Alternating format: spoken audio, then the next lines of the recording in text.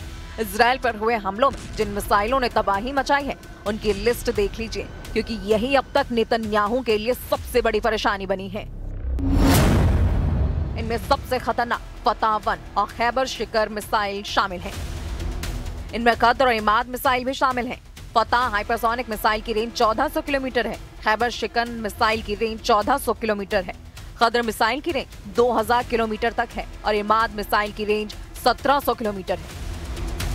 मिसाइलों को लेकर ईरान की तरफ से ऐसी वार्निंग इसलिए आ रही है क्योंकि नेतन्याहू और ट्रंप का रुख ईरान को लेकर काफी सख्त देखा जा रहा है। If you look at the Middle East, I would say prior to us hitting Iran so hard, we could have never made that deal because you would have had a dark cloud over the Middle East when we took out their nuclear capability, which was one of the great military maneuvers of all time. It was flawless. You saw that. Trump और Netanyahu दोनों जानते हैं कि Israel पर Iran की जितनी missile गिरी, ऐसे हर धमाके ने इजराइल के मिसाइल डिफेंस सिस्टम का पुर्जा ढीला कर दिया। तेल अवीव से लेकर हाइफा और अशदोद से लेकर बेन गुरियन हवाई अड्डे तक हर मिसाइल हमले ने ईरान पर नया प्लान बनाने पर मजबूर कर दिया है। यही वजह है कि नेतन्याहू ने ईरान को घेरने के लिए अब नई तिगड़म लगाई है। नेतन्याहू ने कहा है कि ईरान के मिसाइल कार्यक्रम पर रोक लगनी चाहिए और उसे 480 किलोमीटर से ज्यादा रेंज की मिसाइल नहीं बनाने दिया जाए। मतलब साफ है कि नेतन्याहू ईरान की उन मिसाइलों से घबरा गए हैं जो 1500 किलोमीटर या उससे ज्यादा रेंज रखती हैं, क्योंकि ईरान और इजराइल की दूरी भी 1500 से 1800 किलोमीटर की रेंज में है। यही वजह है कि नेतन्याहू चाहते हैं कि ईरान के पास 480 किलोमीटर की रेंज वाली मिसाइल हो ताकि वो इजराइल तक ना पहुंच पाए। 13 जून को ईरान पर हमला हुआ था और उसके 12 दिन तक दोनों तरफ से एक दूसरे पर हमले हुए थे। हमले दिन रात हो रहे थे। एक तरफ से फाइटर जेट तो दूसरी तरफ से बैलिस्टिक मिसाइल दागी गई। एक तरफ नेतन्याहू ने कमान संभाली जिसमें अमेरिका से भी पूरी मदद थी, तो दूसरी तरफ ईरान के सर्वोच्च नेता अली खामनेई ने मोर्चा संभाला और तमाम मिलिट्री लीडरशिप खत्म होने के बाद फौरन सेना की कमान नए कमांडरों के हाथों में दी और फिर 12 दिनों तक ईरान ने बता दिया कि इजराइल की शुरुआती स्ट्राइक के बाद उसकी मिसाइल पावर बरकरार है।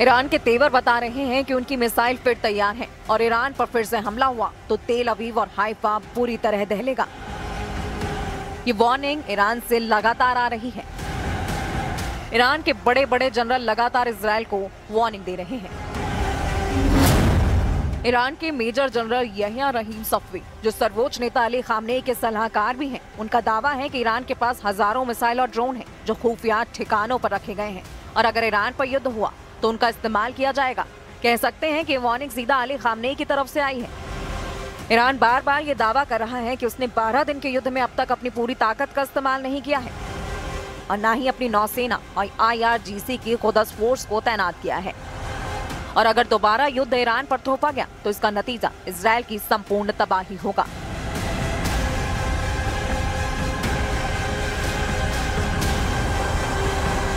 तेल अवीव से लेकर हाइफा तक दुनिया ने ईरान के मिसाइल हमलों को देखा।